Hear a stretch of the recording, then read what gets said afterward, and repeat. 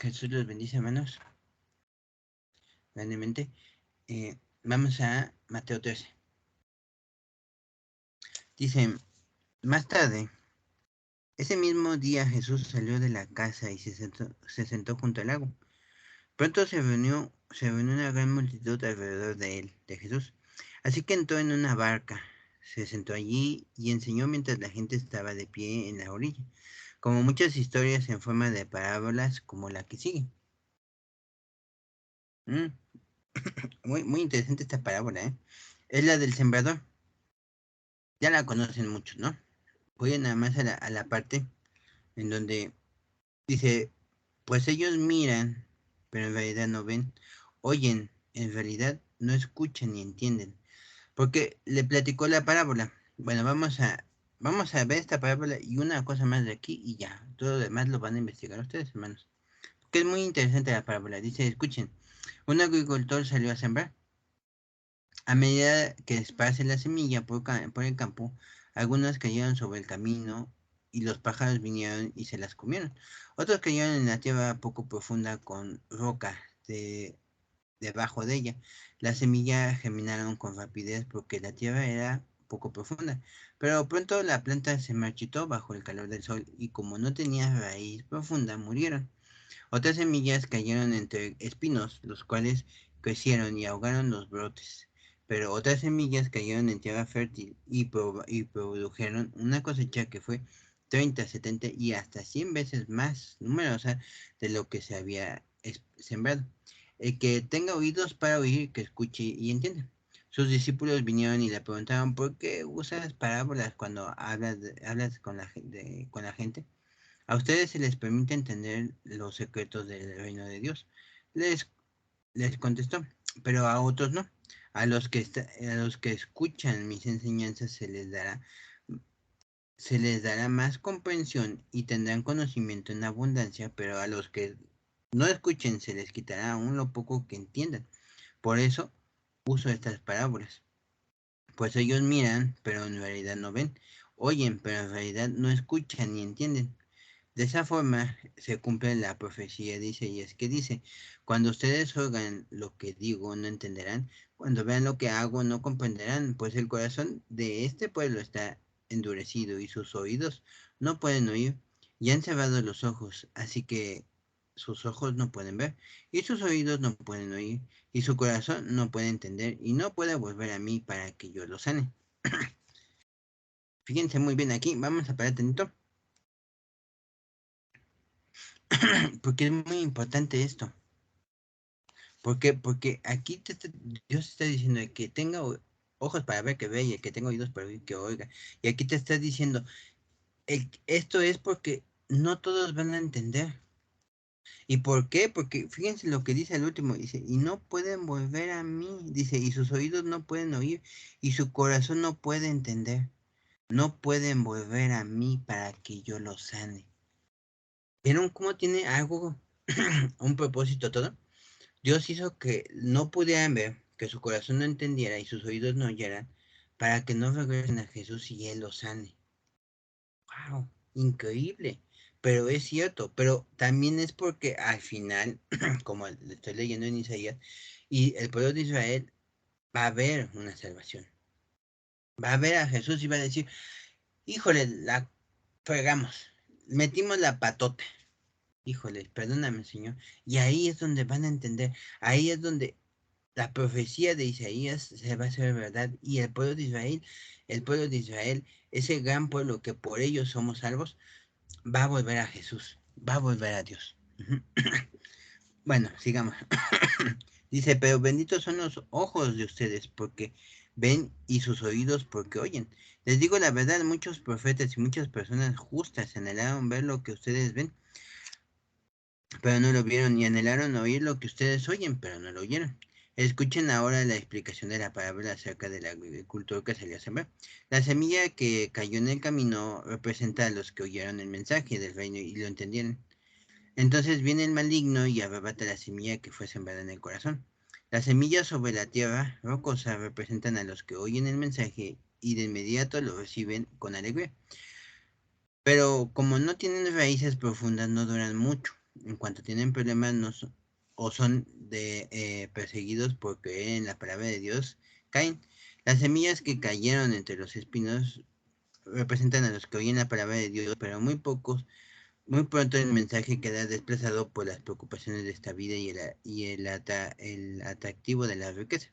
Así que no se produce ningún fruto. La semilla que cae en una buena tierra representa a los que de verdad oyen y entienden la palabra de Dios y producen una cosecha 30, 70 y hasta 100 veces más numerosa de lo que se había sembrado.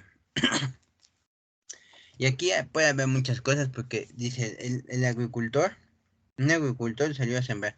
¿Quién era el agricultor? Dios, Jesús. Él fue a sembrar. Entonces, nosotros somos esas personas que sembramos esa semilla, que es la buena noticia, el evangelio verdadero, arrepiéntete, regresa a Dios, porque el reino de Dios se ha acercado a los corazones de los demás. Y aquí dice que las semillas, por ejemplo, aquí dice que los que cayeron en el camino vienen los demonios, los pájaros, los cuervos y se los comen. Y los demonios vienen y te quitan la palabra de Dios. Hacen que esa fe que Dios te dio para creer en ellos se vaya, se desaparezca. Igual en las rocas dice, no tenía raíces profundas. ¿Por qué? Porque cuando tú empiezas a profundizar en las escrituras, haces raíces. Muchas iglesias te pueden decir, es que hay que hacer raíces en la iglesia. Sí, pero no en una iglesia tal cual, no. Por ejemplo, conozco iglesias de Cristo Vive, en la que voy, que es la hermosa. No es que tú hagas raíces en esa iglesia y te quedas en ese, bueno, y que sea que esas raíces signifiquen que quedes arraigado, atrapado en esas iglesias, ¿no? No. Lo que quiere decir es que tú te nutras. Las raíces sirven y van profundo, y entre más profundo van, más se nutren.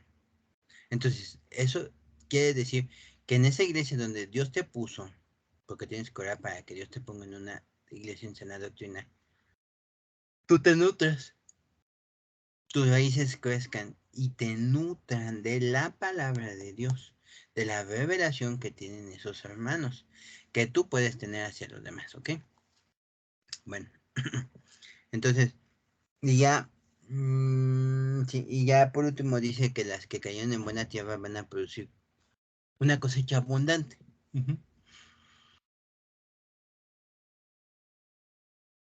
Y aquí vienen dos ramas diferentes de lo que se interpreta esto.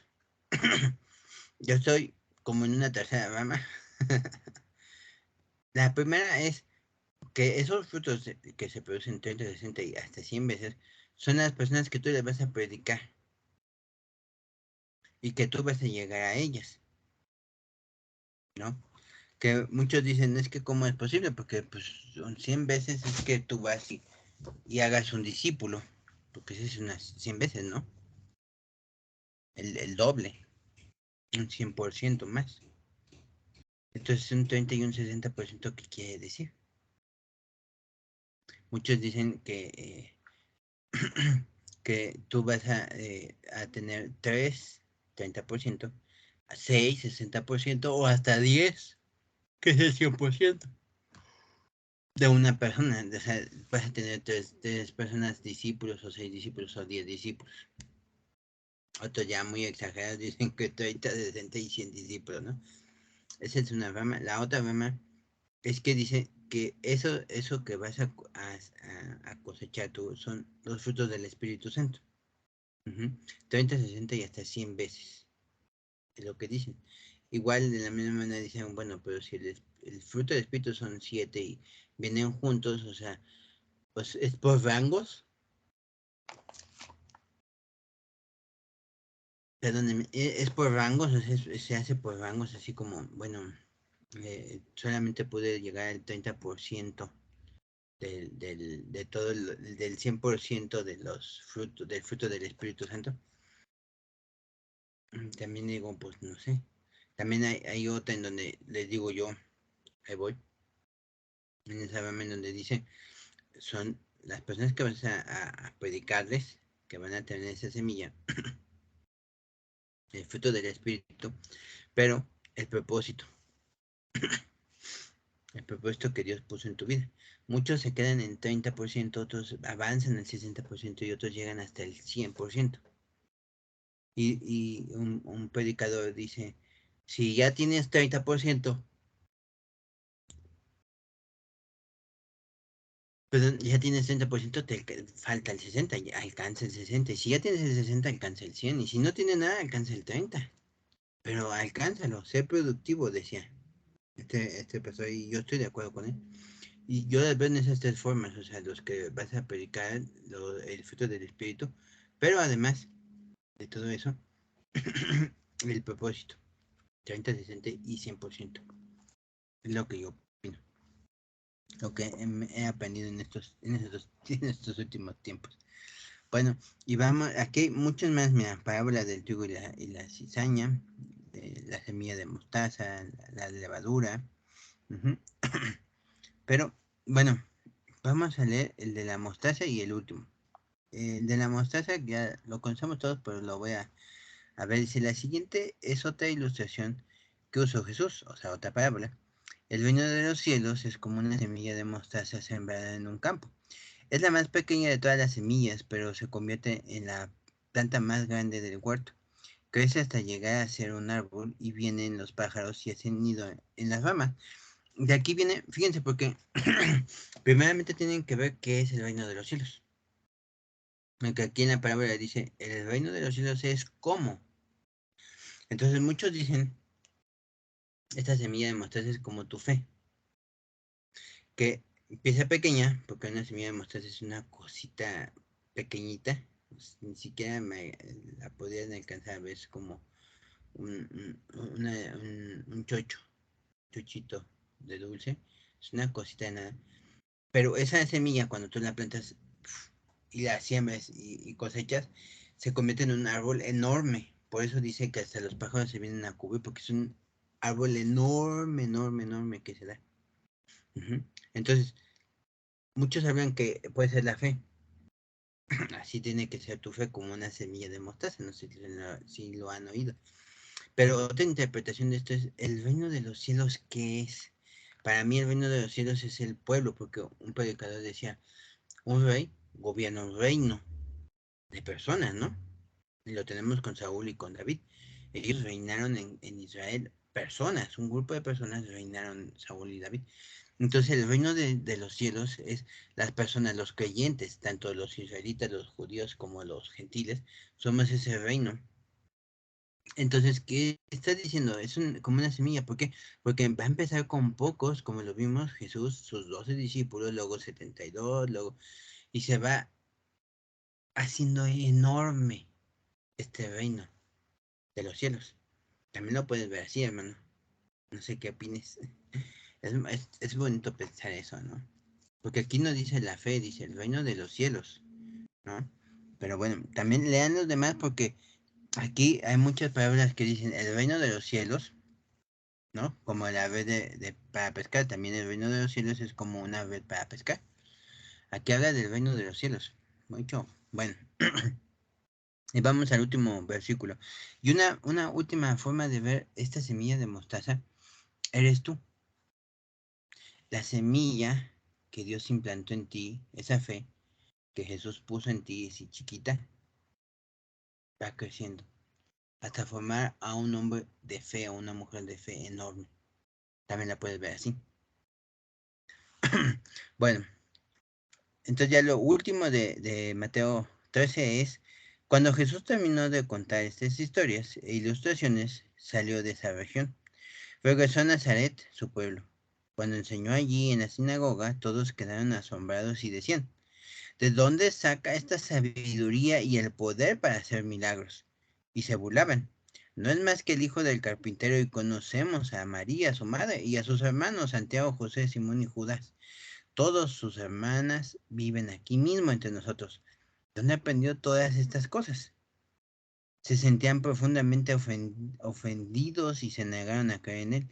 Entonces Jesús les dijo, un profeta recibe honra en todas partes menos en su propio pueblo y entre su propia familia.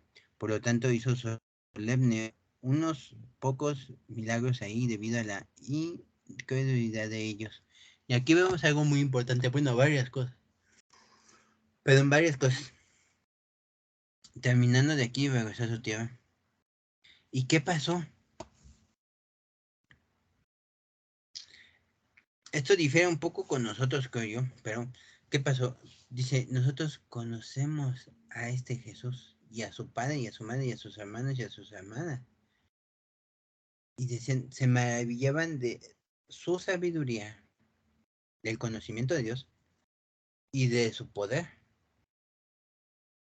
Y aún así no creyeron, hermanos, porque la concepción, lo que les decía, mentalmente nosotros tenemos concepciones aquí en la mente que nos impiden, así se los digo, nos impiden